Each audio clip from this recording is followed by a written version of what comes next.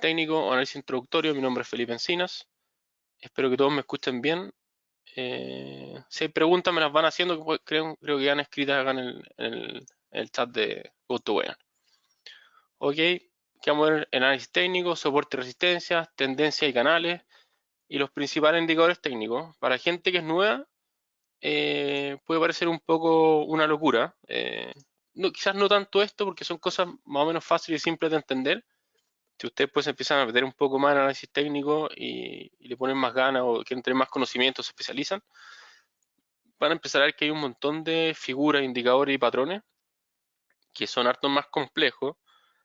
Cuesta más verlo, ¿cierto? Y un poco hay que tener más imaginación o tenerle, digamos, más fe a ciertas figuras que se van a repetir, ¿ok? Pero eso. Entonces, avancemos. El análisis técnico es una forma de hacer análisis, ¿cierto? Dentro del análisis bursátil o instrumentos financieros, que es el estudio de la acción del mercado principalmente a través del uso de gráficos, ¿cierto? Con el propósito de predecir futuras tendencias en el precio, ¿ok? Esto es súper importante porque uno ve qué pasó antes en la historia, ¿cierto? En el gráfico, la forma más fácil de verlo es que obviamente las acciones se mueven por, ¿cierto? Expectativas futuras de crecimiento, de apertura de mercado, de nuevas tecnologías, cosas así. Pero el precio de la acción de repente se mueve por otras cosas, ¿cierto? Y uno puede ver en el gráfico, que es histórico, ¿cierto? Son precios pasados, qué pasó en ciertos niveles que fueron importantes y dónde podrían ser buenos niveles de compra. ¿Cachai? Entonces, si en alguna acción ustedes están metidos, por ejemplo, ¿cuál tengo en mi mente ahora?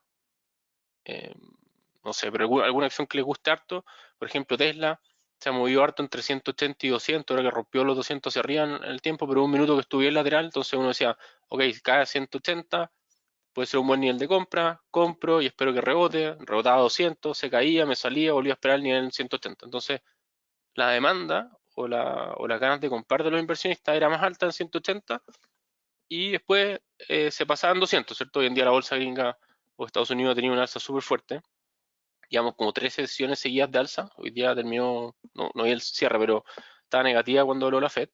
Entonces uno busca precios, ¿cierto? O niveles de precios donde uno vea que las fuerzas del mercado son más compradoras o más vendedoras, ¿ok? Entonces eso pasa en distintas cosas. Dólar peso, lo mismo. Hoy en día está un lateral grande, cerca de 7.90 o bajo 190 hasta 7.80 ha sido compra. Por arriba en un principio fue hasta 830 cuando tenía más fuerza en el rango. Hoy en día hay 808, 810 y se cae. Entonces lo mismo, yo espero que si cae bajo 7.95 empezar a comprar. Hay veces que el nivel de precio es mucho más exacto, otras veces es como una zona, ¿cierto? Que hay que darle un rango. Y yo compro esperando que aparezcan estas fuerzas del mercado, ¿cierto? Eso los grandes inversionistas, los grandes fondos que compren y yo poder hacer una utilidad con ese movimiento. ¿Ok? El análisis técnico no es que no le crea el fundamental ni nada de eso, sino que uno como inversionista retail, ¿cierto? Que digamos, tiene menos capacidad o menos recursos para poder hacer un análisis súper completo de una acción, no la conoce entera, ¿cachai? Si uno se va a una corredora o a un banco de inversión en Estados Unidos, hay analistas por sectores de la industria, ¿cierto? Entonces uno se va al sector bancario, sector de energía, sector de distintas cosas, y uno tiene analistas especializados de toda la vida o de hartos años en ese mercado. Entonces ellos saben mucho mejor que uno, o deberían ser mucho mejor que uno, cuáles son los factores más relevantes para esa industria. Y por lo mismo la industria pues ven las acciones. Entonces uno que es inversionista retail, que por ejemplo nosotros, VFX partió en Chile, ¿cierto? De Chile, uno podría entender un poco el mercado de la energía en Chile, pero quizá uno lo conoce también el de Estados Unidos.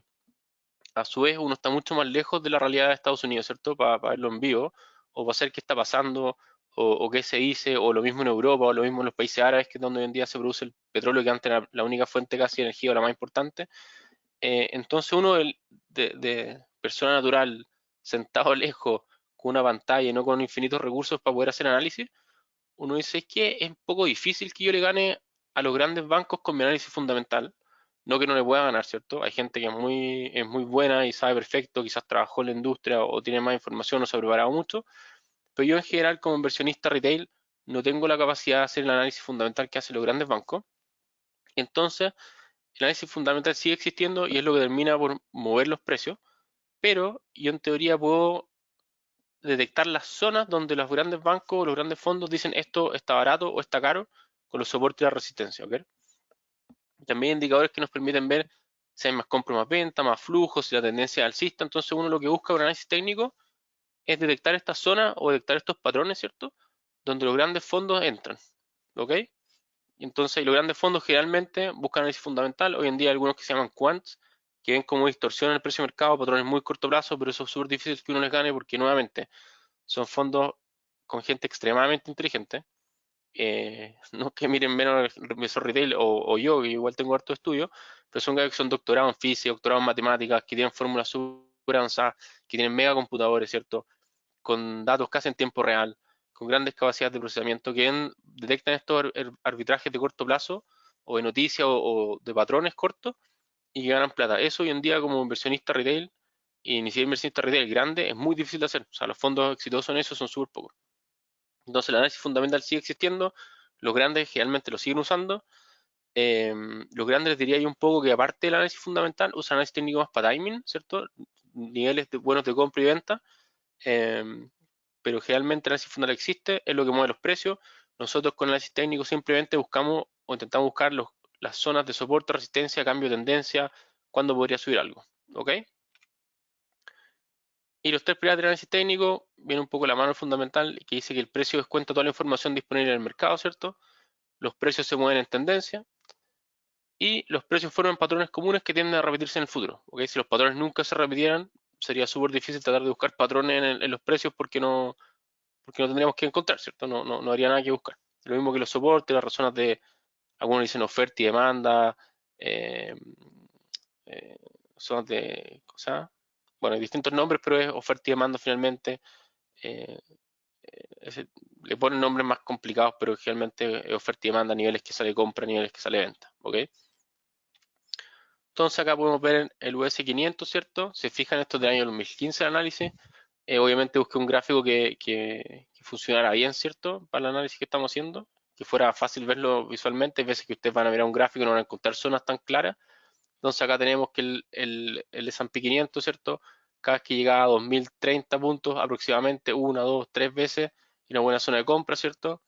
Y por arriba lo mismo, está en un lateral en 2100 puntos. Entonces, ¿qué hacíamos nosotros? Si a este punto compramos, si a este punto vendíamos. Si lo miran más atrás, unos meses más atrás, nuevamente 1970, tuvimos tres veces que tocó, aquí al principio era un nivel más alto, después por acá. Entonces nosotros sabemos que acá abajo ya la primera vez no sabemos, la segunda estuvo cerca, por aquí podríamos haber comprado si nos ganaba la ansiedad. Eh, Tercera, cuarta vez, después nuevamente subió, aquí no teníamos cómo saber, ¿cierto? Primera vez que hacía un máximo, cayó. Si usted no usaba un indicador solo por ver precio, no sabían que en esta zona iba a aguantar. Si tuvimos varios días que se mantuvo acá la zona, entonces cuando ya empezamos a ver una lateralización o intentos de rebote, uno puede decir, ok, mira, sabes que aquí está empezando a aparecer compra, ¿cierto? En este índice puede ser que venga un rebote. Probablemente si yo le agregaba un indicador, aquí me hubiese dicho, oye, sabes que hay sobreventa en este indicador o alguna zona de soporte, ¿ok? Pero acá solo soporte y resistencia, niveles que el precio cae, ¿cierto? Cae por venta, llega a un nivel que ya deja de caer, ¿cierto? Estas colas largas en las velas generalmente nos dicen que la oferta, que es la venta, se está agotando o que los compradores están apareciendo porque no terminan los mínimos, ¿ok? Entonces, siempre uno puede estar mirando el gráfico, lo puede mirar en el gráfico diario, se operan un poco más tranquilo, tienen menos tiempo. Si son más traders, están metidos, gráficos de media hora, una hora, 4 horas, también hay hartas oportunidades que son más rápidas y más cortas, pero hay que dedicarle más tiempo. ¿Ok? Eso es soporte y resistencia. Simplemente niveles en el precio que se repiten, que cuando cae aparece compra, ¿cierto? Las barras aquí oscuras o negras o submarino son velas bajistas, ¿cierto? Las velas celestes son velas alcistas. Caía fuerte, iba acá, no siguió cayendo, rebotó, cayó y se mantuvo, intentó caer, no pudo y aquí tuvimos la vela alcista. ¿Ok? Lo mismo por acá, se cayó 3-4 velas, llegó al mismo nivel casi que antes, era compra, nuevamente. ¿Ok? Es un gráfico en el índice del S&P. Segundo gráfico, dólar peso. Acá en Chile se transa harto el dólar peso y yo creo que en la TAM de los países no gigantescos como Brasil, de son las monedas más transadas. Saco a México, pero México y Brasil son lejos las más grandes. Los otros países de Sudamérica no hay muchas monedas que se transan electrónicamente como en Chile. En eso un poco somos algo pioneros. Eh, lo mismo, acá esto harto más tiempo atrás, en 2014, el dólar caía a 550 y caía y rebotaba un poco y volvía a caer, volvía a rebotar, volvía a llegar al nivel, volvía a rebotar, volvía al nivel. Entonces acá nosotros teníamos un piso más o menos conocido y por acá arriba tenemos un techo más o menos conocido, ¿cierto? Que no siempre llega, pero lo mismo, nos apoyamos no solo con soporte y resistencia, pero sí es importante que podamos aprender a mirar los niveles de soporte. Uno generalmente hace una línea, ¿cierto? O los anota, o como les parezca más cómodo, ¿cierto? O uno hace un rectángulo, digamos, una línea más gorda de repente, para marcar la zona. Pero nosotros sabemos que cada vez que llega cerca de 550, el dólar tendía a rebotar, no seguía cayendo, ¿cierto? Acá de nuevo tenemos una vela pequeña caída, pero que al final del día volvía a cerrar más arriba. Y por arriba puede hacer 550 pesos. Pasa harto que en las monedas tenemos épocas laterales con rangos buenos. Hoy día no está pasando el dólar peso. También pasa mucho en el euro. Hay minutos que obviamente las monedas agarran vuelo y cuando agarran vuelo o tendencia, ¿cierto? Corren harto y hay que estar atentos. Pero gran parte del tiempo hoy en día están laterales. ¿Ok? Entonces, otro ejemplo más de soporte y resistencia en dólar peso. Después, esto mismo, ¿cierto? Cuando uno ya dice, hoy tengo soporte y resistencia, empiezo a ver un canal, ¿cierto? Todos los mínimos son menos parecidos, los máximos llegan más o menos donde mismo. Y yo aquí ya tengo la capacidad de dibujar soporte y techo, y eso se le llama un canal, ¿ok? Y este canal está lateral. Entonces, cada vez que llega por acá abajo era compra, iba acá arriba era venta, volvía a caer, volvía a subir, volvía a caer. Hay gente que se especializa en transar en estos laterales, ¿cierto? Esta es la acción de American Airlines, si no me equivoco. Y la gente que se especializa en los laterales, o ver el lateral, ¿ok? Y si cae más abajo, tengo mi stop loss y me salgo. Y si rompe, lo mismo, stop loss y va afuera. Y hay gente al revés que se especializa en operar rupturas de canales. Idealmente uno debería ser un trader que sepa operarlo todo, ¿cachai? Tanto laterales como ruptura de canales laterales o de soporte o resistencias, pero muchas veces pasa que uno se termina especializando en algo. ¿Ok? Si esto lo rompe y con fuerza, que en acción no tiene el volumen, generalmente esto lo que va a hacer es una zona de break, ¿cierto? Después cae a tocar y este toque debería ser con poco volumen y después sigue largo. Que hace un rompimiento, un apoyo en la anterior resistencia y después sigue. Lo mismo por abajo, generalmente cuando rompe hace una ruptura inicial, testea la zona antes y después sigue cayendo. ¿Ok? Entonces yo con esto de la unión de zonas de soporte y resistencia puedo hacer canales laterales, canales alcistas, todo tipo de canales. ¿Ok? Y todo parte ahí, ¿cierto? Zonas que el precio reacciona. ¿Ok? Después tenemos una tendencia alcista. Este gráfico es súper antiguo, es súper evidente, porque una tendencia sea alcista y la definamos como alcista, es que nosotros necesitamos que los mínimos sean crecientes y los máximos sean crecientes. ¿Ok? Súper simple. Yo les recomiendo que lo dibujen en el gráfico. Uno generalmente, o pasa muchas veces que uno lo mira a la rápida el gráfico y no detecta las tendencias simplemente porque no hace el ejercicio de dibujar los mínimos y los máximos, ¿cierto? Todas las plataformas hoy en día tienen herramientas de dibujo. Simplemente uno pesca una línea, junta los otros mínimos y hace la tendencia. Ahora un par de ejemplos, ¿cierto? Tendencia alcista en el S&P. Aquí ya sabemos, tendenciamos 3 puntos. Hay una herramienta que es de tendencia, que uno pesca un punto, 2 puntos y eso empieza a graficar y con el tercero se confirma. Entonces aquí ya tenemos una mini tendencia, 1 punto, 2 puntos, 3 puntos y con esto ya podíamos graficar la tendencia. Siga por abajo compro, siga por arriba vendo o tomo utilidad, ¿cierto? Ustedes para que sepan, en las plataformas de trading hoy en día uno puede apostar al alza y a la baja, comprar es hacia arriba, y uno dice compra largo o tomo posición, ¿cierto? Por arriba es eh, me cierro, ¿cierto? Para salir de un largo o una compra y cuando quiero ir a apostar a la baja es un corto o me vendo, ¿ok? Entonces aquí este ya tiene una mini tendencia, no es tan fuerte la pendiente, pero tenemos una mini tendencia que está formando, ¿ok? Lo mismo, simplemente con graficar mínimo y máximo con la herramienta, yo ya tengo como proyectar un canal futuro, ¿ok? Otro ejemplo más, lo mismo dólar peso. ¿Se acuerdan que antes vimos lateral? Bueno, aquí el dólar agarró después de un periodo largo de lateralización, que eso generalmente pasa cuando las monedas o los instrumentos tienen un lateral o se comprime la volatilidad, como pueden ver acá, que empezó a hacer cada vez menos, cada vez menos, cada vez menos, después de venir un minuto de aumento de volatilidad y de tendencia. ¿Ok? Entonces tuvimos un punto abajo, dos, tres, y aquí esta tendencia duró por mucho tiempo. Ustedes se fijan, abril del 2013, más o menos partió. En agosto probablemente ya teníamos la tendencia, y aquí estamos en mayo del 2015, la tendencia seguía. ¿Ok? Obviamente dentro de las tendencias hay zonas que tienden a lateralizar, ¿cierto? No es una caída violenta, decimos que llegó a un máximo, aquí lateralizó un poco, no fue una caída tan violenta, pero hay un lateral con caída, yo acá compraba, subía nuevamente, quizás aquí me hubiese salido porque hay una mini lateralización, nuevamente llego más arriba, salía o quizás aquí o acá, pues lo importante es que sigamos la tendencia y yo generalmente compraba. Cuando ustedes tengan tendencia alcista, el ideal de la posición que tienen que tomar son compras, ¿ok? No irse corto cuando llega al canal de arriba, como acá, como acá, como acá arriba. ¿Ok? Yo simplemente compro, me salgo en el nivel que yo crea que es suficiente, ¿cierto? Perdón, si algún indicador me da un nivel de sangre, compro en este caso y compro en las caídas o en los periodos laterales. ¿Ok? Siempre hay un dicho que es no ir contra la tendencia. ¿Ok? Aquí se cumple mucho. Canal bajista, misma situación, máximos menores, mínimos menores. ¿Ok? Veamos el australiano con el dólar, otra moneda. Si se fijan nuevamente, tenemos un periodo lateral de unos 2-3 meses hasta que se empezó a caer. Estas caídas fuertes generalmente son por cambios en noticias fundamentales, ¿cierto? Cuando vemos monedas, lo que estamos viendo son más o menos la economía de cada país. En este caso es la economía australiana con los Estados Unidos. Entonces cambio las tasas de interés de los países, aumento de la inflación de un lado al otro, empeoramiento de balanzas comerciales, que sube el riesgo país por cosas internas que antes no había muchas, y ¿cierto? Nosotros ya nos tocó verlo en Chile con el estallido social, que pasó en Chile, pasó en Colombia en un minuto, en Sudáfrica también hubo estallido social, etcétera, las monedas se ven afectadas, ¿cierto?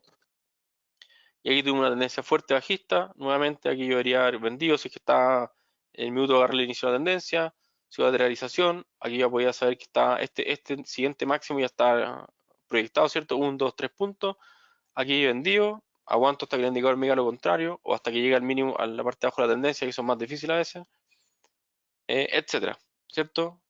El canal bajista duró harto tiempo, agosto del 2013, perdón, del 2014 hasta febrero del 2015. Hay muchas oportunidades, ¿ok? Todos estos gráficos lo hice en gráficos diarios. Si ustedes en estas tendencias cuando la detectan se achican a gráficos de 4 horas o de 1 hora, van a poder ver mi tendencia interna, ¿ok? Si ustedes le hacen con una lupa, esto va a tener una línea de tendencia súper clara que también les va a marcar máximo y mínimo. Pero tenemos que estar claros que está en una tendencia general para que después veamos cómo hacer la entrada con gráficos más pequeños. Y después nuevamente llegamos a un periodo de lateralización, si el soporte estaba acá, 0.775 aproximadamente, y por arriba 0.79, perdón. ¿Ok? Entonces tenemos un lateral, una fuerza que cambia todo esto, ¿cierto? Que dura un tiempo, una lateralización, probablemente después otra tendencia, ¿ok? Te lo mismo, el SH es un ETF, ¿cierto?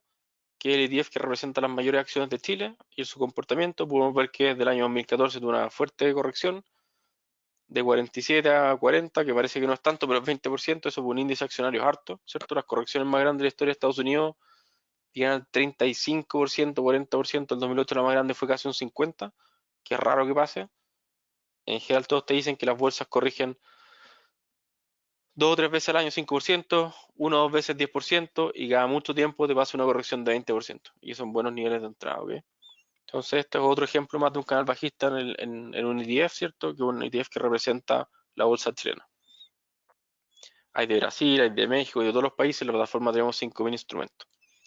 Siempre van a encontrar algo que esté interesante. La gracia de las plataformas, ¿cierto? Que tienen muchos instrumentos y muchos mercados. Es que si yo estoy en Chile, por ejemplo, y Chile está malo para hacer inversiones, probablemente esté malo en general y sean muy pocas las oportunidades que yo tenga de encontrar una acción buena entre un mercado malo. ¿Ok? Entonces la idea es que ustedes tengan una plataforma que tenga muchos mercados como el nuestro.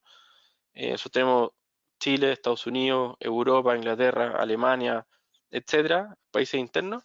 Es que si Europa está malo, Estados Unidos probablemente está bueno, si Estados Unidos está malo, probablemente Sudamérica emergente está mejor, ¿cierto?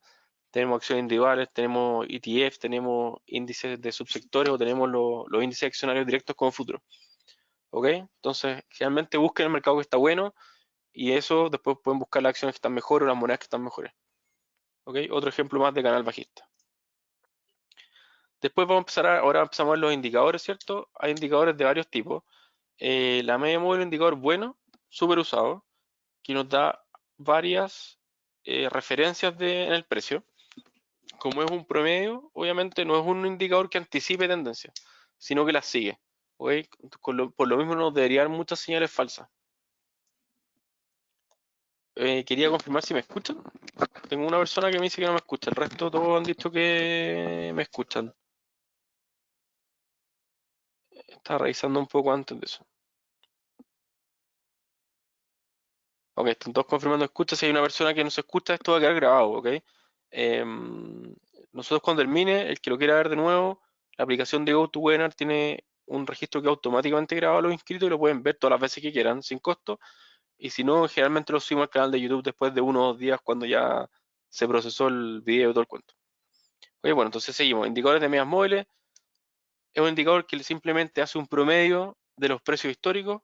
En el próximo slide, ¿cierto? Vamos a ver cómo se ve representación gráfica. Pero tenemos varios tipos, ¿cierto? Tenemos medias móviles simples, que pondera cada día por igual. Tenemos medias móviles exponenciales, que son las segundas más usadas, y estas dos son las más usadas, que básicamente pondera los últimos precios más, como que la gente dice, oye, es que ¿verdad? Los precios históricos son importantes, pero los más nuevos pesan más, o deberían pesar más, y alguien hizo el cálculo después que lo hizo exponencial, entonces los últimos días, los días más recientes, tienen más peso. No son diferencias gigantescas, pero en algunos periodos de las medias móviles se nota más. Entonces aquí vamos a ver el gráfico de medias móviles en Tesla. Eh, Aquí pueden ver que dice, son medias móviles simples, ¿cierto? La primera dice 20, que en este gráfico es la roja. Ah, no, me equivoqué, puse dos velas rojas ya, pero la de 20 roja es la que se mueve más rápido. Siempre la de menos periodos tiene más volatilidad y se mueve más rápido. La SMA de 50 es la azul, ¿cierto? Que se mueve, pero se mueve más lento. Y la SMA 200 es la roja que se mueve muy lento. ¿Por qué? Porque usa el promedio de 200 días. ¿Ok? Entonces aquí pueden ver que la media móvil de 200 generalmente divide el mercado en alcista y en bajista. ¿Ok? Si mi acción se transa por sobre la media móvil de 200, acción, índice, moneda, lo que sea, yo digo que el mercado es alcista. ¿Ok? Hay una pequeña derivada de eso, que si la media móvil de 200 está plana, es que el mercado está plano. ¿Ok? No tengo tendencia o no tengo pendiente en la media móvil de 200 y podría asumir yo que está, en vez de ser alcista o bajista por el precio, en general como que el mercado general no tiene tendencia. Que es lo que ha pasado un poco con Tesla. Después de una subida muy grande, tuvo una caída gigante, que esta caída hasta 120, cuando fue un poco la crisis de los bancos, la caída de las bolsas, la subida de la tasa de la Fed, siempre hay un fundamental detrás. Cayó hasta 120, ¿cierto? Que nadie sabía hasta dónde iba a caer. Pero aquí se metió bajo la media móvil de 200, ¿cierto? Primera indicación de que el mercado ya había que estar fuera. Otra forma de operar con las medias móviles es cruce de medias móviles, ¿cierto? Cuando cruzo una media móvil hacia abajo, una rápida o una lenta, también es señal de salirme del mercado o irme corto. Entonces aquí yo podría haber vendido en este cruce de acá, o en la una que le dicen Golden Cross, o la Dead Cross, que es cuando Golden es cuando cruza la media móvil de 50 para arriba, la de 200 hacia arriba, y Dead Cross es esta, que cuando la de 50 cruza hacia abajo la de 200, que es como, son indicadores de que el mercado en verdad está dando una señal muy bajista. Y aquí pasó, o sea, se fijan, fue súper lento, o sea, no es que fue muy lenta, pero digamos, la primera venta siempre en las medias móviles rápidas, porque es lo que se mueve más rápido. La de 200 necesita 200 periodos para poder dibujarse y hacer el cruce, por la de 200. Pero aquí ya me dijo, ojo, hay que salir de esta posición si yo tenía Tesla más arriba. ¿Okay? Asumo mi pérdida y espero. El precio siguió y rompió la media 200, cayó más, ¿cierto? Después aquí, si se fija las medias móviles rápidas, nuevamente hay una compra. Yo podría haber dicho, ok, compro con las medias móviles de señal, pero estoy debajo de la media móvil de 200, me podría haber esperado. Otra cosa que pasa con las medias móviles de 200 periodos, que es generalmente una zona de resistencia y soporte. Cuando cae, debería tender a no caer a la primera. Cuando intenta romper, también debería no poder romper a la primera. Y se fijan acá, si no bien no fue perfecto, cada vez que se metía sobre la media móvil de 200, a Tesla le costaba subir. Se terminaba cayendo, lo hizo una vez, cayó, recuperó 2 veces. Se fijan acá, la media móvil de 50 también es un soporte móvil, ¿cierto? Las medias móviles se mueven. Podría haber comprado acá quizás, rebotó en la media móvil de 50 y aquí nuevamente tuvimos una convergencia de todas las medias móviles, que esto pasa bien poco, se juntaron todas en este punto y nuevamente se empezaron a separar y cayeron, dieron señal de venta. Y aquí la caída fue estrepitosa, ¿cierto? De 250 horas a 120 horas, una caída gigantesca, ¿cierto? Que pocas veces se ven acciones. Y tuvimos esta gran caída. Aquí no había nivel conocido hace mucho tiempo, Tesla venía de $400 y hace mucho tiempo que no llega a 120. Aquí algunos, yo te diría que casi o muy pocos compraron 120. Obviamente hubo gente que compró ahí, pero clientes nuestros empezaron a comprar en la subida. Nosotros siempre les decimos que si algo está cayendo, no sean ustedes los que le ponen el pecho, ¿cierto? Le quieren hacer fuerza al mercado, que esperan que termine de caer y cuando venga el rebote, empezar a meterse. A lo mismo que uno entra un poco más arriba, pero te aseguráis de que no sigue cayendo. ¿Ok? Entonces aquí nuevamente la entrada es que el precio rompió las medias móviles hacia arriba, o el cruce de medias rápidas, ¿cierto? Y lo que sí pasó con Tesla es que hoy en día rompió la media móvil de 200 periodos. Y se fijan, la rompió y corrió harto. Eso es importante. Generalmente cuando la acción tiene la fuerza de romper la móvil de 200 periodos, que se dice que es un nivel muy importante y que marca el mercado, es que podríamos decir que el mercado está haciendo alcista en Tesla. Tesla generalmente una de las acciones que se mueven más rápido primero en el mercado de Estados Unidos. Si en las noticias todos están diciendo que la recesión en bolsa por lo menos ya habría terminado, que está en un nuevo inicio de mercado alcista. Si se fijan esto, lo saqué hoy día yo, ya tenemos que la media móvil de 20 cruzó la de 200 y nos falta mucho para que la de 50 cruce a la de 200 arriba, que es Golden Cross, que es cuando una señal muy potente alcista. ¿Qué hay yo con Tesla? Que esto también es un análisis que se hace cuando se separa mucho el precio de la acción del precio de la media móvil. Uno lo que hace es esperar un poco, porque aquí viene un pullback, ¿cierto? Alguna media móvil de acá, puede ser la de 20, la de 200, la de 50, tenemos que ver un poco qué pasa y comparar el pullback. ¿Ok? Lo que hablamos antes, cuando rompe un nivel, si no es tanta la fuerza, rompe, se apoya y sigue. Aquí fue tanta la fuerza que simplemente ha sido largo. Entonces ahora habría que ver un pullback, ojalá la zona de 215, por ejemplo, que fue este máximo de acá o este máximo de acá. Que yo creo que lo va a dar. Em, Esas son las medias móviles de 200. ¿Pueden usar exponenciales si quieren usar exponenciales? Yo lo que he visto que, y esto gente afuera en Estados Unidos lo usa mucho más, es que las medias móviles cortas las usan exponenciales y mantienen la media móvil larga, por ejemplo, la de 200 periodos como media móvil simple, usan 8 o 21 como exponenciales, que son más rápidas. ¿Ok? Y usan para periodos cortos cruces de media móvil de 8,21 hacia arriba es compra, de si pierde la media móvil de 21 es salida o stop loss, para que empiecen a tener una idea. Otro indicador súper usado se llama MACD, ¿cierto? Por el nombre inglés, simplemente es la convergencia y divergencia de medias móviles y un indicador que nos ayuda a detectar tendencias. Y a diferencia de las medias móviles, nos da señales súper claras. ¿Ok? Nos dice compra o venta mirando el cruce de dos líneas en un gráfico aparte. Nuevamente, se dice que el MACD, cuando está sobre la línea cero, que lo vamos a ver ahora, el mercado es alcista, bajo cero el mercado es bajista. Entonces, si los cruces hacia arriba o hacia abajo son bajo el cero, deberían empezar más los bajistas que los alcistas, y son sobre el cero, los cruces de MACD hacia arriba son más fuertes porque el mercado alcista me está haciendo una señal de compra que los bajistas. ¿Ok? Y ahí un poco cómo se construye el indicador matemáticamente. Eso está en todos lados explicado. Usted lo puede modificar, pero el 99,9% de las personas usa el mismo número siempre, que es 9, 12 y 26. Ese es el estándar. Entonces acá vamos el mismo gráfico de Tesla, ¿cierto? Más o menos los mismos periodos. Si se fijan acá ya el MACD, bueno, no, que se agarran el gráfico, cortó hacia abajo, ¿cierto? Venía hacia abajo, hacia abajo, hacia abajo, hacia abajo, hacia abajo, hacia abajo. Y recién acá el MACD me dio señal de compra, que estuvo cerca acá. ¿Ok? Entonces yo el MACD aquí debería haber comprado, cruzo hacia arriba. Aquí intentó hacer un cruzo hacia abajo, fue medio extraño, ¿cierto? Ni fu ni fa, no cruzó mucho ni nada. Puedo seguir comprado o por ir estos stop loss ahí, ¿cierto? Me salía en posición o cerraba con ganancia porque cortó más abajo, marcó más abajo. Nuevamente hacia arriba y sigo la tendencia. El MACD es un indicador muy bueno cuando tenemos una tendencia fuerte o cuando está en un lateral, pero que el lateral tenga un rango interesante.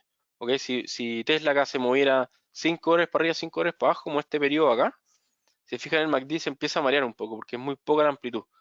¿Ok? Pero después cuando el rango es más amplio, como acá, que se movió de 40 a 50 dólares, el MACD vuelve a funcionar súper bien, porque es más como una tendencia que un lateral. ¿Ok? Y nuevamente acá podemos ver las señales de venta, ¿cierto? Acá arriba, que no fue tan buena, pero poder tomar la utilidad. Aquí medio venta, obviamente corrigió un montón. Aquí nuevamente compra y aquí venta. Esto funcionó súper bien, de los 130 dólares más o menos que hablábamos hasta los casi 200. El MACD nunca va a ser el indicador que me diga o que intenta anticipar una tendencia, pero si tiene más certeza, digamos, da menos señales falsas. ¿Qué pasa con algunos indicadores que son más rápidos que me dan señales falsas? Ningún indicador tiene un 100% de efectividad. Yo me atrevería a decir que el MACD debe andar por el 70% de efectividad. ¿Ok? El estocástico me gusta a mí, que es un indicador mucho más rápido, tiene una efectividad más baja, de ser 60, 55%. Entonces, para gente que ya tiene un poco más de experiencia. ¿Ok? Otro indicador que debería ser el segundo más utilizado, o tercero, si te cuentan las medias móviles, el RSI, se llama Relative Strength Index, que básicamente en español, o en español quiere decir índice de fuerza relativa, es un indicador de la familia de los osciladores. Eso quiere decir que funciona, o cuando mejor funciona, es cuando las cosas están laterales, ¿Por qué? Porque cuando están en tendencia, tienden a quedar sobrecomprados, sobrevendidos, ¿ok? Dejan de ser efectivos. Entonces su valor oscila entre 0 y 100 y se define como por literatura, ¿cierto? Que sobre 70 el indicador RSI me avisa que es una ocurrencia extraña o poco común que esté sobre 370 que ha subido mucho. ¿Ok? Y lo que la gente muchas veces no cumple es que si el RSI me avisa que está pasando algo raro cuando entra sobre 70, es que la venta por, eh, por la instrucción o la norma, como sería usar el indicador, es que yo vendo cuando el indicador sale de 70 hacia abajo, ¿ok? Que es la zona de sobrecompra. No vendo antes o cuando entra, vendo cuando sale. Y pasa lo mismo con la sobreventa. Cuando hay mucha venta, una venta excesiva, el indicador baja y cae bajo 30 y es un aviso, ojo que esto está cayendo mucho, es extraño, no es común, ¿cierto? Atento. ¿Cuándo compro? Porque está en exceso de venta, cuando el indicador sale de 30 hacia arriba. ¿Ok? Lo podemos ver acá en el petróleo. ¿Ok? El petróleo ha estado bastante lateral en este tiempo. Yo me achiqué un gráfico de 1 hora para que funcionara un poco mejor y se viera más claro, ¿cierto? Cada vez que llega arriba a 70, lo marqué en el indicador, el precio está más o menos topado, ¿cierto? Se termina cayendo. Cae bajo 30 o a 30, compro. Casi llegó a 70 nuevamente, un buen rebote eso, de 69 a 73, tengo casi $4, ¿cierto? Nuevamente cae, se mete abajo, siguió cayendo, ¿cierto? Aquí me dio una compra un poco falsa, volvió a caer, sale la venta, compro, aguanto hasta el otro lado, lo mismo acá, ¿cierto? Vendo cuando sale, aquí hubo un gap, ¿cierto? Que nos poníamos con una mala pasada, pero básicamente es la lógica. Sobre 30, o sea, perdón, sobre 70, aviso que está muy extremo y quería caer. Bajo 30, que ha caído mucho y quería rebotar. ¿Ok? Hay segundas derivadas con el RSI, pero bueno, eso lo vemos en el módulo 2. ¿Ok? Hay uno que se llama divergencias. ¿Ok? Que, como dice el nombre, índice de fuerza, yo si tengo un mínimo más abajo, debería ver que el RSI también llega más abajo en el gráfico. Si eso no pasa, es una divergencia y generalmente es unas señales súper buenas de compra o agotamiento de tendencias, como cambio de tendencia o fin de una tendencia. Acá no tengo el gráfico porque hay que buscarlo, ¿cierto? Pero por ejemplo acá, aquí llegó a 70 casi, ¿cierto? El petróleo, se estresó, ¿cierto? Llegó el RSI más arriba sobre 70, aquí el precio siguió subiendo, ¿ok? Pero el RSI no hizo un pic o un pico más arriba que el anterior. Eso es una divergencia. Y me dice que acá el precio probablemente debería caer y terminó pasando. Si hubiese mirado el RSI por sí solo, también me da señal de venta porque estaba estresado. Pues esta figura, que el precio llegue más arriba, pero el indicador de fuerza no llegue más arriba, es como que la subida fue con menos fuerza que antes, ¿ok? Y debería caer. Y después, por último, tenemos otro indicador que se llama ATR, que no es tan un indicador que me da una señal, ¿cierto? Pero es un indicador bien útil, porque mucha gente se pone a operar y piensa comprar indicadores, o sea, acciones, monedas, ETF, índice, y quieren ganar una cantidad, digamos, de plata que traducido precio es una locura. Y los instrumentos generalmente tienen un movimiento en el mercado que no es el que uno quiere. Entonces, un poco la ATR me dice cuál es la volatilidad del instrumento en ciertos días. ¿Ok? Si se fija en la ATR, se llama Average to Range, ¿cierto? Promedio de rango real. Entonces, lo que hace el ATR es que pesca el rango, ¿cierto? Que es el máximo y el mínimo del día, de los últimos 14 días y hace un promedio. Entonces, acá, por ejemplo, el oro me dice que en promedio, esto es móvil, ¿cierto? No siempre lo mismo, pero más o menos se mueve $8. Entonces, si yo compro cuando el oro ya subió $8 y espero que el oro suba 20 más, digamos que es un poco fuera de lo común, ¿cierto? Al revés, ¿cómo lo podría usar yo esto? Si el oro cae $8, yo podría pensar en comprar, porque digo, si el oro se mueve en promedio $8 al día y ya cayó 8, probablemente la caída fue suficiente. ¿Ok? Esto no es ciencia exacta. Generalmente uno pasa por periodos de contracción de volatilidad, como acá, ¿cierto? Que estábamos pegados, estos son días, no son tanto tiempo, porque el gráfico está en 4 horas, que no es tan poco, pero digamos ya un mes un poco pegado el oro en estos rangos, ¿cierto? Que se mueve 8 horas para arriba, 8 horas para abajo, un poco más, un poco menos. Entonces yo ya puedo con este indicador decir, oye, el oro se mueve 8 horas, sé que hacia arriba si compro no puedo esperar mucho más de 8 horas, sé que si cae 8 ya probablemente hizo el recorrido del día, etcétera. Entonces así lo puedo empezar a usar un poco. ¿Para qué me sirve también? Para poder definir mi stop loss. Si yo voy y compro y le pongo un stop loss de $1 al oro y el oro se mueve 8 horas, $9, puede ser que me tome el stop loss, probablemente porque se mueve $8. Entonces yo tengo que tener también un rango razonable para el stop loss. Entonces, si se mueve 8, cae 8, yo pongo un stop loss de 4 más, ¿cierto? Es como 50% más que el rango. Si subió 8, probablemente yo debería decir, ¿sabes que ya subió $8? Me voy a aguantar las ganas de comprar porque ya hizo el recorrido que hace en el día, ¿ok? Entonces un poco la TR sirve para eso. Muchas veces cuando uno mira el gráfico, ve los precios, pero no internaliza realmente o no hace este cálculo, cuánto se mueve el indicador. Lo mismo que el dólar peso hoy en día está moviendo, bueno, hoy día se movió menos, pero otros días se está moviendo 10, 12 pesos, de repente baja la volatilidad como ahora que se mueve 5 pesos, ¿ok? Entonces no podemos esperar o tenemos que ajustar nuestros niveles de stop y entrada a la volatilidad que está teniendo el instrumento en el minuto, ¿ok? Ese es el ATR. Y ahí está un poco por qué era importante, me ayuda a poner mi stop loss, lo mismo para el take profit, aunque el take profit uno siempre es más fácil porque digamos un punto positivo, ¿cierto? Que tomo ganancia, que también es importante. Usted, si ahora ponen un take profit y salen cuando corre $1 que van ganando plata, probablemente van a terminar perdiendo, porque si mi stop loss lo pongo en $8 y cada buena tomo el take profit en $1, tengo que pegarle de 10 operaciones, tengo que pegarle a 9 positivas para que compense las pérdidas porque pongo stop loss de 8. Entonces uno tiene que buscar la volatilidad del instrumento, ver puntos de entrada en que ojalá yo vaya 2-1, ¿ok? Pongo stop loss de $4 y pongo un take profit de 8, ¿ok? Y así me aseguro que con el 50% de las operaciones yo sea un trader que está en positivo, ¿ok?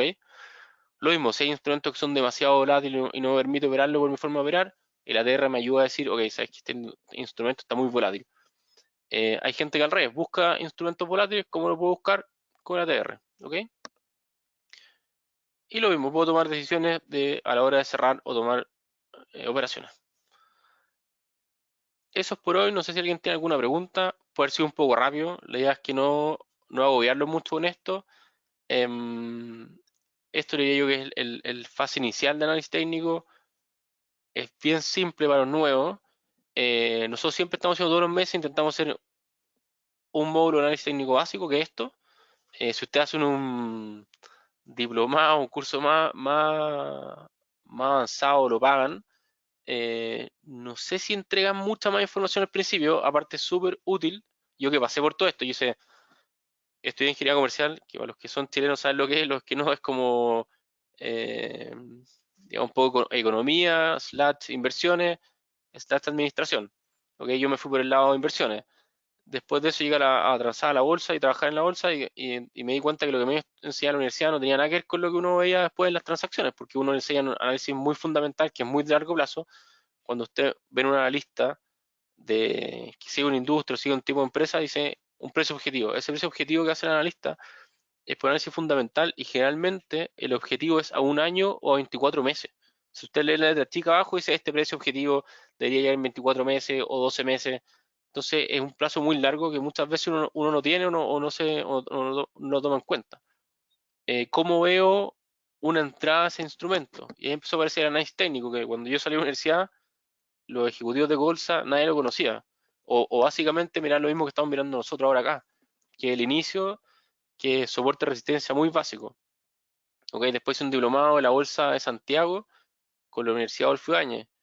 Ahí tenía ciertas nociones que es más o menos esto. Análisis técnico, soporte de resistencia, canales, MACD, RSI, medias móviles. No creo que me han pasado la TR. Sí, pasamos un poco de las japonesas, que tenemos otro módulo y otra presentación de las japonesas, si lo quieren ver más adelante. Después volví a trabajar, que había aprendido más en la vida real, volví a estudiar. Después seguí con un máster en finanzas. El máster en finanzas sí me pasaron muchos más indicadores, más instrumentos, también acciones de renta fija, como valorizar y todo el cuento.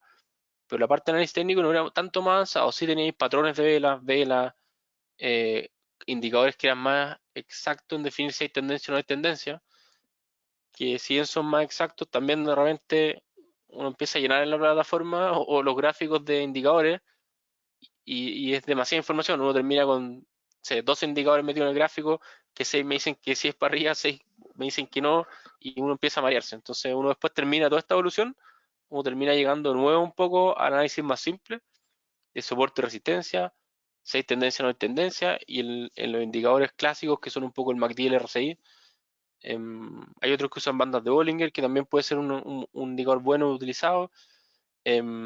Estocástico, que yo lo uso también, que ya es más avanzado, pero como les decía, tiene más señales, pero son más señales falsas, entonces hay que estar más claro con usar el stop loss. Patrones, ¿cierto? Triángulos, banderas, etcétera, y patrones de vela. Pero esto es una base súper importante, que ustedes empiecen a usarlo, empiecen a mirar gráficos, practiquen la demo, ya pueden compararlo con análisis que les lleguen de otras páginas que hoy en día está lleno, ¿cierto? Les llega un análisis, ustedes pesquen ese análisis o esos precios y lo miran en el gráfico, y ya pueden tomar decisiones si es buen minuto de entrar o no es buen minuto de entrar. Pasa mucho que las corredoras, los bancos de inversión mandan recomendaciones de comprar cosas cuando ya han subido mucho, ¿ok? Y el timing es el problema, y uno compra justo con la recomendación y después se cae, ¿ok? Aquí hay una pregunta, ¿qué pasa cuando uno ingresa a una operación y hay gaps? Un gap de mercado, un salto en el precio del mercado, ¿cierto? Eso pasa en todos los instrumentos, menos cripto los fines de semana, pues las cripto también hay abiertas los fines de semana. En acciones pasa todos los días, por cierto, la bolsa opera dependiendo del país donde esté, 9, 9 y media a 4 o 5 de la tarde, ¿cierto? Entonces al otro día puede tener salto en el precio. Cuando hay gaps, no hay mercado, ¿cierto? No hay precio, entonces uno básicamente está expuesto a que me tomen el stop loss o el take profit al primer precio de mercado, después del precio que yo tengo de activación. ¿Ok? Yo no sacaría los stop loss. Sí entiendo que hay una dificultad cuando hay gaps. Nosotros por suerte tenemos hartos instrumentos que son 24/5, que operan de lunes a viernes hasta las 6 de la tarde y empiezan el domingo. Entonces con eso un poco uno elimina el riesgo de gaps. No es que no existan, pero es muy raro. Podría ser una noticia, un mini gap, pero no un gap gigante o relevante, ¿cierto? Y noticias muy fuertes, muy puntuales. Em, pero eso sí, el take profit, el take loss lo voy moviendo todos los días, no tiene costo. Hay uno que se llama trailing stop que va siguiendo el precio a cierta distancia. O sea, si le digo si este instrumento sube 5 horas o sube 10 pesos, si anda subiendo mi stop loss, ¿cierto? Y lo hace la plataforma automático. Eso, otra pregunta. ¿Qué creo en cuadrar de traders? Creo que hay dos cosas. Uno, creo que es bueno juntarse con otros traders, sobre todo si tienen más experiencia que ustedes, que es un poco lo que tratamos de hacer nosotros como VFX, ¿cierto? Que los ejecutivos que llevan más tiempo trabajando, yo que soy director o mis otros socios, ¿cierto? En la oficina llevamos 13 años, hemos visto muchas cosas pasar. Igual siempre nos sorprenden cosas, pero ya tiene más experiencia. Entonces, por ejemplo, los robo advisors que están súper de moda, o estos robots en MetaTrader 4 o 5, los robots son una fórmula matemática.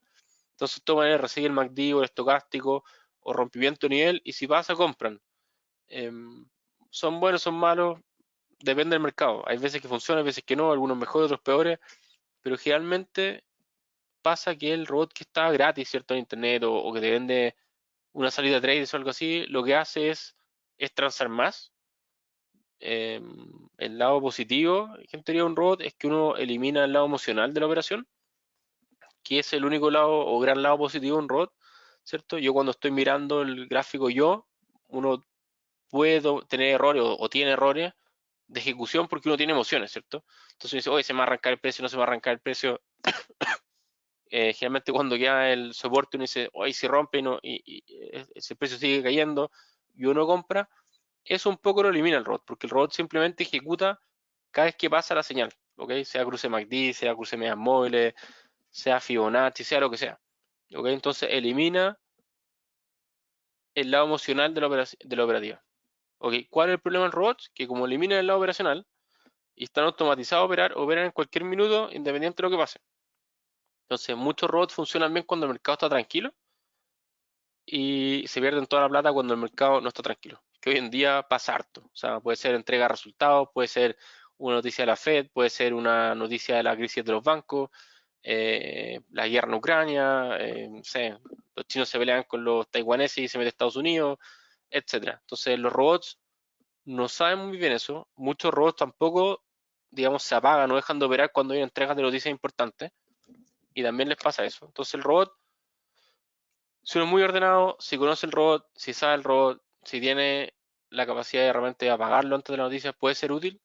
Yo creo que lo mejor es operar uno, aparte que uno aprende, ¿cierto? Y nadie te cuentea, porque también hay gente que te inventa que los robots son buenos y los robots simplemente buscan una función matemática, ¿ok?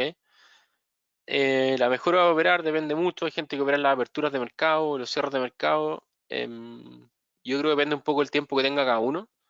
En general sí te diría que en la apertura de la bolsa de Estados Unidos es la mejor hora. Eso coincide mucho con la apertura de muchos instrumentos. Eh, bueno, pasa que Chile o generalmente Sudamérica no está tan lejos de Estados Unidos, una hora más, una hora menos, dos más, dos menos.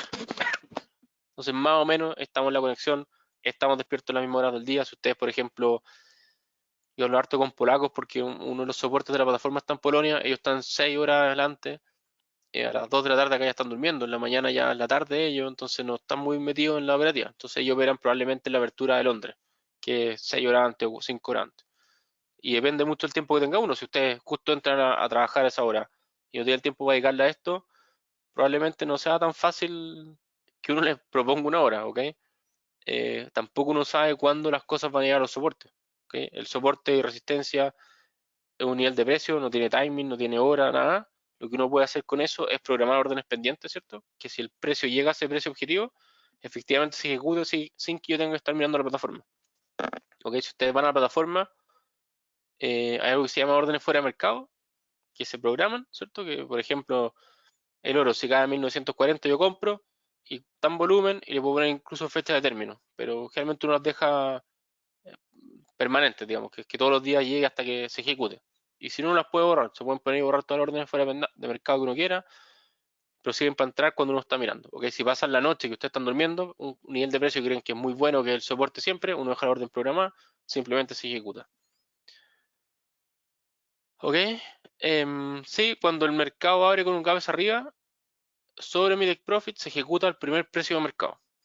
¿Ok? No se ejecuta tu take profit, pasa lo mismo con el stop loss. El stop loss uno puede definir, por ejemplo, una pérdida de 50.000, 100.000 pesos, 10 puntos, 50 puntos, pero como no hay mercado y abre hacia abajo, en contra mía, asumo la pérdida al primer precio disponible.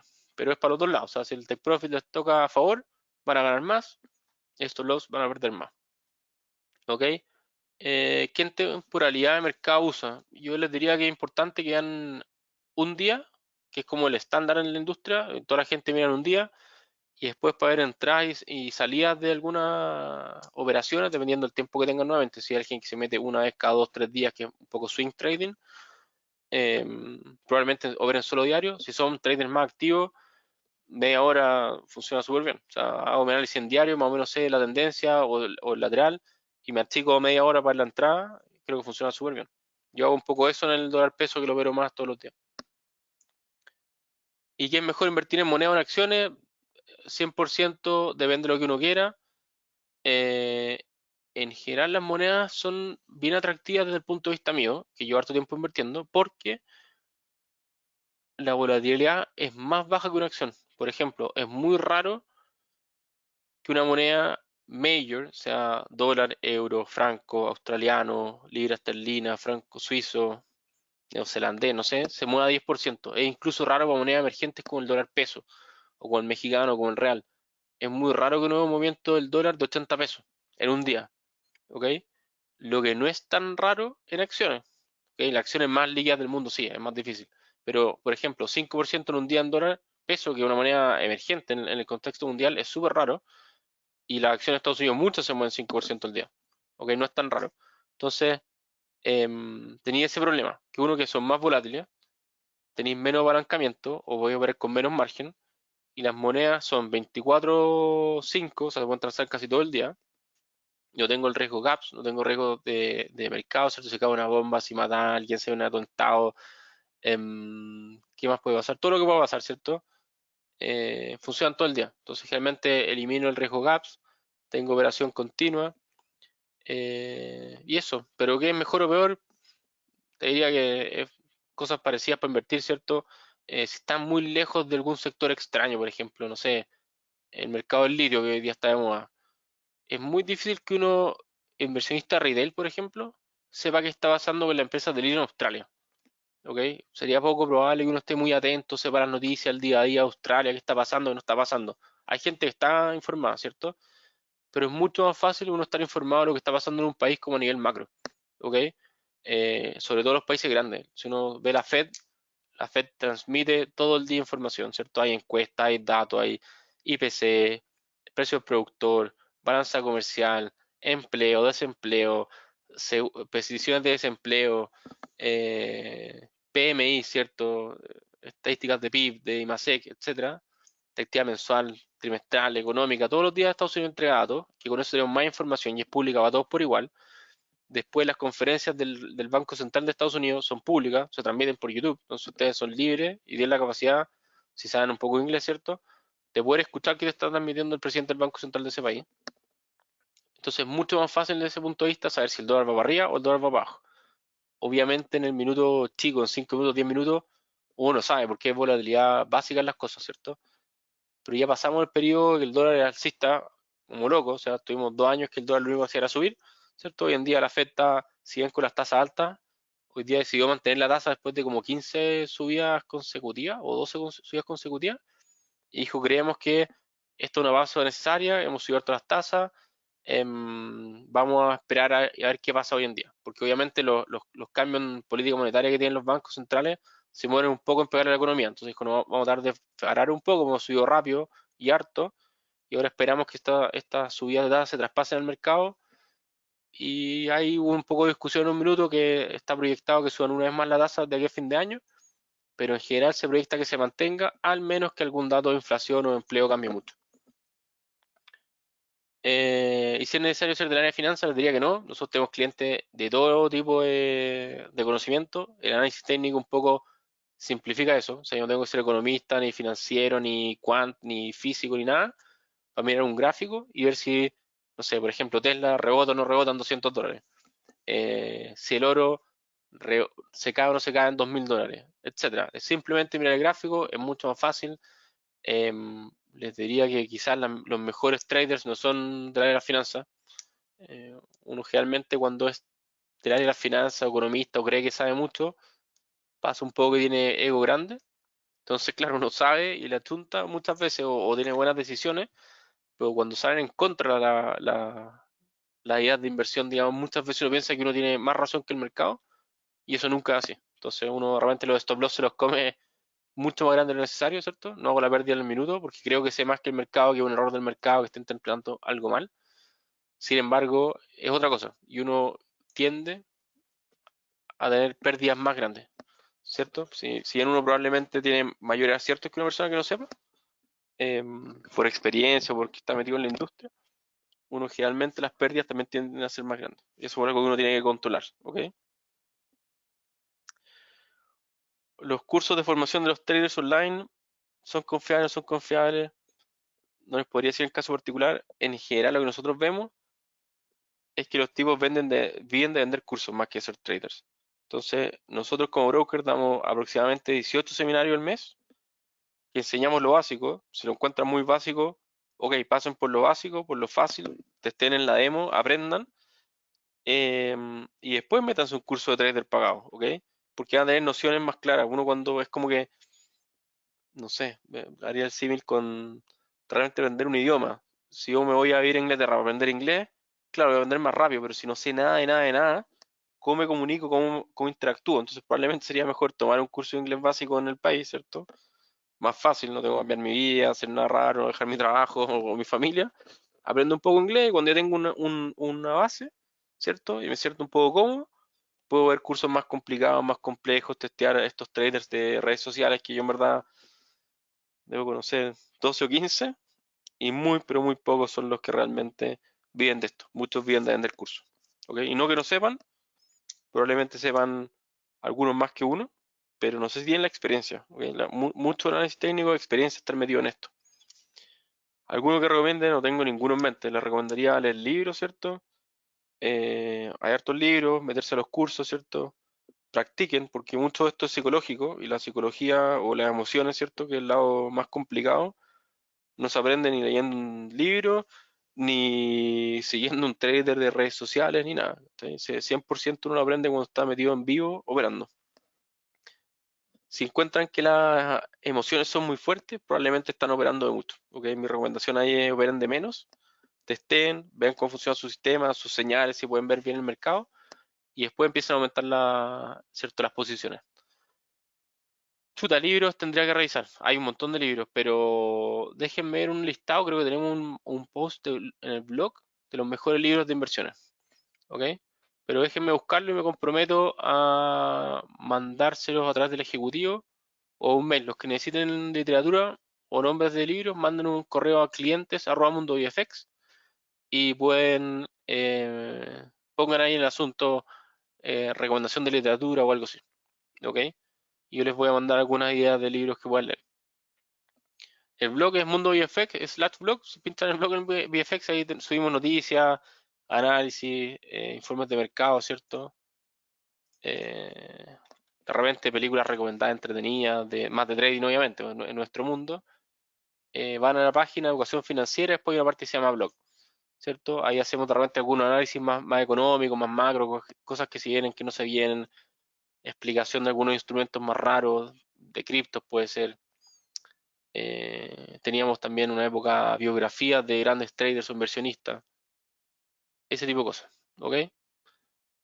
Yo los dejo por hoy para que no se alargue mucho más, hicimos aproximadamente una hora, los dejo invitados a los seminarios, métanse a la página, nuevamente Mundo VFX, se van a la parte de seminarios, y ahí están todos los seminarios que hacemos gratis, públicos, ¿cierto? Son gratis, ¿cierto? Pero no los vean como que son gratis porque son malos, son gratis porque queremos que la gente aprenda, ¿ok? Pero nosotros para hacer un curso para 50 personas, 100 personas, 1000 personas, ojalá llegaran 1000, ¿ok? Y todos aprendan. Entonces hay algunos que lo hace Emilio, que ya 13 años, otro lo hace Luciano, que es el jefe de la DAM, que ya 7 años en esto, hace Tomás, que es el jefe de Chile, que hace 4 años que está metido en esto. Tenemos algunos ejecutivos más nuevos también, ¿cierto? Que se han especializado. Rodrigo, otro de los socios que hace de dólar peso, ¿cierto? Además, hacemos todos los días en la apertura, ¿cierto? De los mercados, un seminario de apertura, que lo hace Emilio, que son súper entretenidos, hace un repaso en general de todos los instrumentos más transados, bolsa de Estados Unidos, bolsa de Europa, oro, dólar peso, alguna acción que esté en el minuto buena, etcétera. Los horarios no son tan malos. Vengo a Perú a las 8, México a las 7 de la mañana, Colombia a las 8, Argentina a las 10. ¿Ok? Y Chile a las 9 de la mañana. Entonces, ahí todos se pueden meter. Eso sí tienen que ser clientes, pero háganse una cuenta, depositen algo. Eh, los invito a eso y pueden acceder a los seminarios. El de trading en vivo es bien entretenido porque Emilio dando señales, ¿cierto? Más interactivo. Ustedes pueden hacer preguntas a algún instrumento, zonas de compra, zonas de venta, etcétera. Es más no trading en vivo, pero harto más en vivo que estos que son más envasados, ¿ok? Eso, saludo a todos, que estén muy bien.